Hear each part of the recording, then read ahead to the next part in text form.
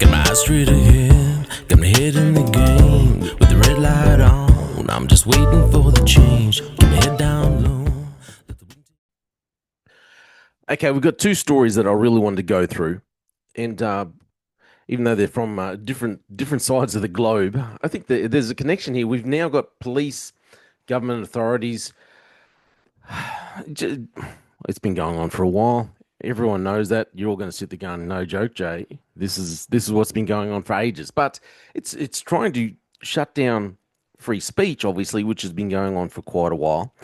And now the UK is also pushing ahead with trying to prevent thought or the way you think. They're concerned that if you go past someone, you see a jogger, and especially if you're a male, and you beep the horn, or you would do a cat call, like a whistle at the jogger going past. Well, possibly could be, could you possibly escalate? Have your intentions to escalate? It's not a crime to do any of those things. However, so they've got a sting going in the UK. In the UK, where remember, the UK, if you're standing near a clinic of some sort, I won't say it, but you're standing near a clinic, and you might be standing there and you might be praying in your mind. You might be praying for the people going by. People are now being arrested for this behavior in the United Kingdom for praying silently to themselves, not praying out in the streets, not doing the 5 a.m., call to prayer for everyone to hear, whether you want it or not. No, no, for praying silently in your mind. So now, if you're a jogger, someone goes past and beeps the horn, that's offensive behavior. Let's get into this article first. So, undercover female police pose as joggers to catch catcallers. It's I don't know, it just seems strange to me. Boom. So yeah, the force. So Surrey Police are sending female officers clad in civilian jogging gear on runs in key locations around the county as part of new tactics designed to tackle harassment against runners. So they're being clad in civilian jogging gear. Yeah, I hope it's not those stupid looking yoga pants that all the women wear now when you go to the shopping center. They're not even at the gym. The ones that go right up the butt crack, like they're holding each butt cheek like it's a little peach. You sit there going, do you really have to wear? I personally, if people are going to be offended by someone going past and beeping the horn, I find it offensive to have to look at your bum cheeks when you're walking around a shopping center. Seriously, it's disgusting. No matter how fit you are, I don't want to see your bum cheeks like that. It's feral. It just screams of wanting attention seeking. Anyway, Surrey Police are sending female officers clad in civilian jogging gear. The force said they recognised the issue was a significant worry for women and girls in the area, labelling it as unacceptable. It's not illegal; it's unacceptable. So the campaign has seen support crew accompany female officers who have volunteered to take part from a distance, ready to swoop in if the officers experience catcalling or harassment. The unit said they had made a number of interventions following harassment of undercover officers, which had resulted in education around anti-social behaviours. But the Jog On campaign has attracted criticism from civil liberties group Free Speech Union, which accused the force of bizarre social psychology experiments and said they should focus on enforcing the law. Now, they're saying all this because it's not actually against the law to see someone jogging past and beep the horn or whistle. Now, I will say this. I was trying to think, when have I ever done this? I don't ever remember doing this. I actually think that kind of behavior is fairly uncouth. I think it's fairly immature. You shouldn't really, I don't think it's very good. Okay. But I would be willing to bet that if I've done it, I would have done it when I was a teenager, when I first had my license, or maybe early 20s, something like that. When I was young, I reckon I would have done it. I would I would say I would. I can't remember doing it, but I bet you I would have done it at some point, especially because I live like in a now live back where I was from, a small seaside town. So I bet you I would have done it. But I don't think it's good behavior. But it's not illegal. But it seems like police are now just trying to. It's like that movie, Minority Report, with Tom Hanks. They're trying to look for pre-crime. People are being accused of pre-crime. Well, this could lead to this other kind of behavior. That's what they're concerned about. So, the Surrey Police spokesperson had said our priority is not only to tackle and solve crime, but also prevent it from happening in the first place. So, what's your intentions with beeping the horn? What are your intentions with this? Reigate and Banstead commander John Vale said, "We know that this kind of harassment is significantly underreported." Underreported thanks to a study carried out by Surrey County Council this year, which revealed of 450 female residents surveyed, 49% never reported. I wonder if they actually asked any male residents. To date, we have made a number of interventions following reports of harassment of our plainclothes runners. In other cases, it was deemed appropriate to provide education around anti-social behaviour. So it's all about anti-social behaviour. In another report that came through on news.com.au, it talks about this behaviour, and it says that street harassment includes making unwelcome verbal and non-verbal actions in public places that make someone feel uncomfortable, offended, humiliated, or intimidated. Okay, let's just check out the video of the female constable who's a part of this jogging sting.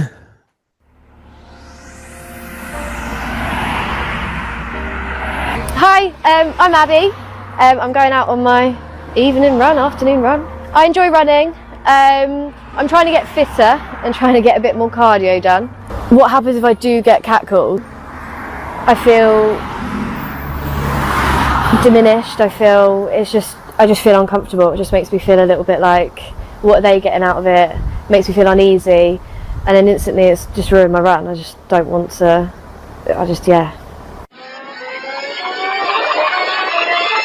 My name is PC Abby Hayward. I work out of North Division, so I'm on Runnymede Safer Neighbourhood team. So the change I'd like to see is for people to recognise that it's not right, it's not just a small act, it's a thing that can make someone feel really quite uncomfortable. So I think it's important Surrey Police are taking it so serious. It's one of our force priorities, and for me that makes me feel proud to work for Surrey Police, because for me it's such a personal experience, and I know for a lot of other, if not all other women who experience it. So I feel empowered to be a part of such an operation and work for Surrey Police when their force priority is to tackle VOG.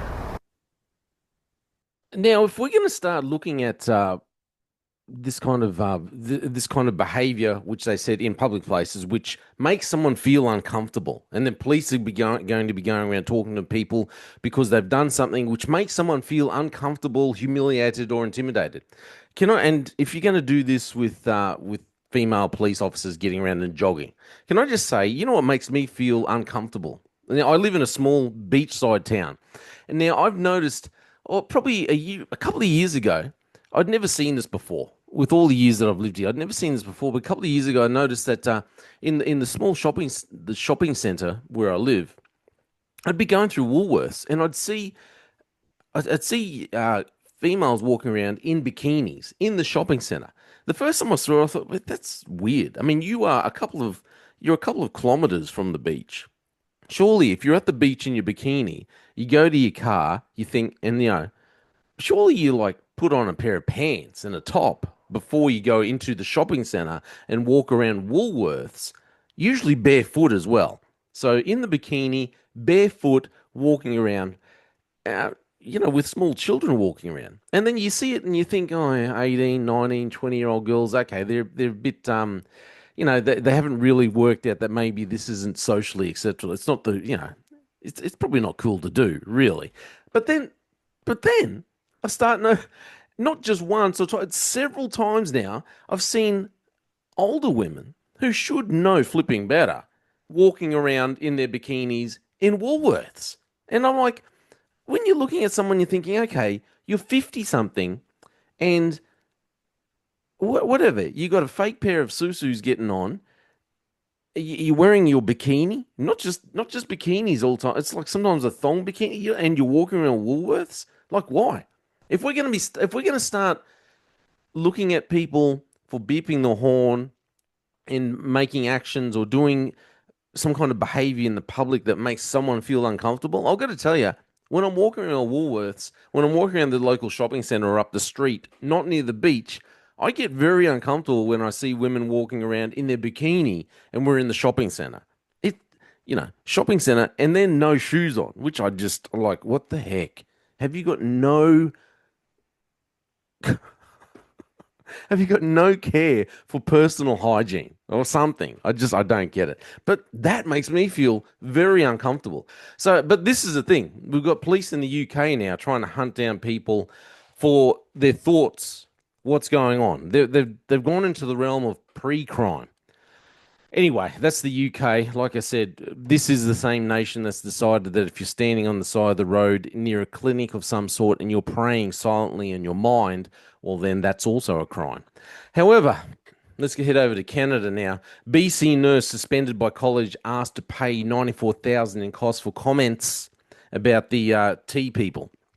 Amy Ham says she plans to appeal a case in the BC Supreme Court, has made she's not phobic of tea people. So the nurse has been suspended, asked to pay nearly $94,000 in costs for making discriminatory and derogatory statements. The BC College of Nurses and Midwives said a disciplinary panel, has issued a decision against Amy Ham, suspending her for 1 month, while also ordering her to pay the college costs and disbursements within 2 years. 94 grand.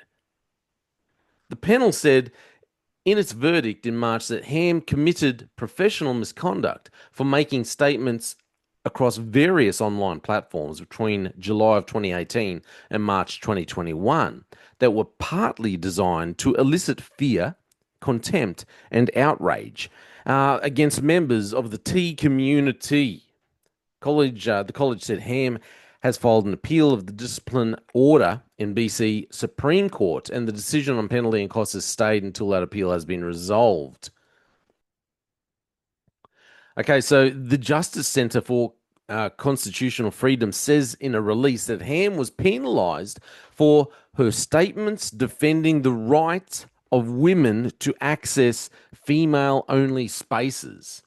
The release said that Ham had worked in healthcare for more than 13 years and had been promoted to be a nurse educator. Lisa Bildy, Ham's lawyer, says in a statement they believe the panel made legal and factual errors in reaching its decision, which penalises the nurse for expressing mainstream views aligned with science and common sense. Ham said in the statement that her comments are not hateful. I'm appealing because biological reality matters and so does freedom of expression. Okay, so Ham has maintained that she is not phobic, and she takes issue with an infringement on women and children's rights, and was particularly concerned with tea women having access to women's only spaces like prisons and change rooms. I mean, what could possibly go wrong if you've got a woman who happens to have a penis and testicles, as a prisoner inside a women's prison? What's possibly going to go wrong? I did a report on this a couple of years ago because the same thing was happening in Scotland there. They'd had someone who got charged for, I think it was rape or something. It was something really serious. And they after he'd been arrested and charged, he realised that he was actually a female inside a man's body. So they put him in a woman's prison. And then lo and behold, he got a couple of women pregnant. This is the kind of mentality. This is the kind of stupidity that's going on all over the world now. So Ham obviously spoke up, saying that she's more concerned about these types of people, these T women accessing spaces, safe spaces for women, like the prisons and change rooms and all this kind of thing. So I'd done an episode a couple of years ago now with Sally Grover, who was also the founder of the Giggle app. The Giggle app is an app which she founded, which is a woman's only app. Um, I did an interview with her because she was all over the news when she gave birth to her first child, and she was filling out the form, and the forms came up, asking if you identified yourself as who was the birthing parent, and she's like, well, I'm the mother, not the birthing parent. I'm the mother. But she was obviously about to go through this court case, and so the app that she'd created, she's the founder of, is called Giggle, and she had a person by the last name of Tickle. I mean, you can't make this stuff up. Tickle, who was a T woman, and Tickle, obviously Giggle the app found out that Tickle wasn't born a female, and then Giggle prevented Tickle from accessing Giggle, and then Tickle took Giggle to court, and it's still going on. I think it's still going on in the courts at the moment. So I had a great conversation. I'll put the link up for you to have a look at if you've never seen that. Have a look at what Sally had to say about all that at the time, what was going on. It's disgusting that women now have to defend themselves. We have one story in the UK where they've got this like pre-crime program going on where you want to get into people's thoughts. How come they've beeped? How come they've whistled? What are they thinking? Are they going to escalate this? We've got to protect the women. But then in another line of thought, it's like, well, women have these spaces which they should feel safe in. If you're in a women's prison, you should feel like, there's no men around, you're going to get sexually harassed or whatever. Or, if you go into a change room, well, you're not going to have a male coming in. But if you're a woman in these spaces, no, you don't deserve to feel safe in those spaces if someone who has a mental health illness walks in and they want to use a change room. There's no real rhyme or logic to the way this world's, to some of these things. We want to protect women from the possibility of a crime which someone may be thinking or may not be thinking, or they may just look at someone and think they're attractive, and they give a beep of the horn, which, like I said, I don't condone the behavior. I think it's a bit immature, but whatever, it's not a crime. So we want to prevent crime that hasn't happened, but people may escalate and they may have had a thought. So we just want to prevent it before they think it. We also want to prevent people from thinking a prayer when they're on the streets, if they see someone walking into a certain type of clinic. So we want to prevent them from praying silently in their mind. And then we also want to stop people from speaking out because they're concerned about women's rights and women's safety when they're in a women's change room, in case there's someone who walks in and they say they're a woman, but they also have the utensils of a male. Where's the logic for all this?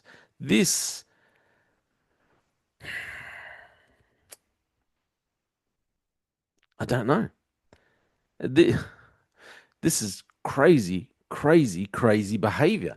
As I've said a number of times, I've said numerous times, it says in the book of Isaiah, Isaiah 50, about there'll come a time when people will call good evil and evil good. This is exactly the time frame that we have. Our justice systems all over the world, governments all over the world are saying, hey, don't stand up for women's rights in this matter because, these other people, they have the right and they can go in and do whatever they want. They have a mental health illness, but we're not going to say that. We're going to call you stupid and a bigot, a phobic, or whatever phrase they want to use, because you've said something, you've stated a scientific fact. We're doing this to protect people, and we don't want to protect. We want to protect that kind of person, but we don't want to protect females. But then over on this other side, well, then if you go past and you beep a horn, well, oh, can't do that. That's antisocial behavior, and we need to protect the females over here.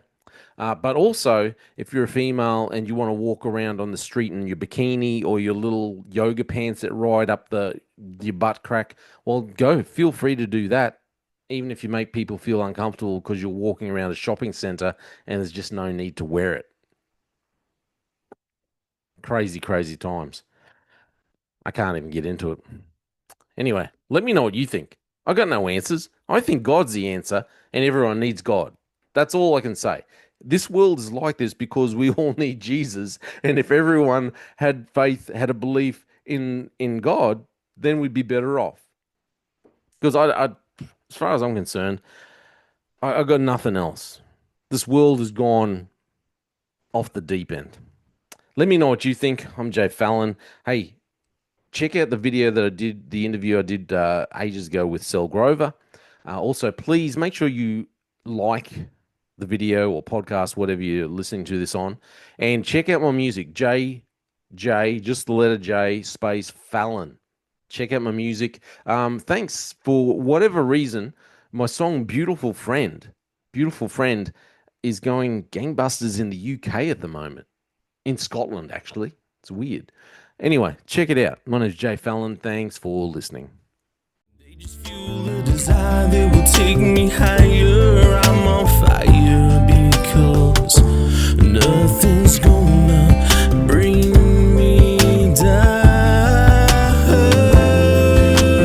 Nothing's gonna bring me down. Nothing's gonna stop me now. No more demons to be done. Nothing's gonna just focus on me go. Nothing's gonna stop me now. Nothing's gonna hold me down. Got my eye on the prize. Gonna say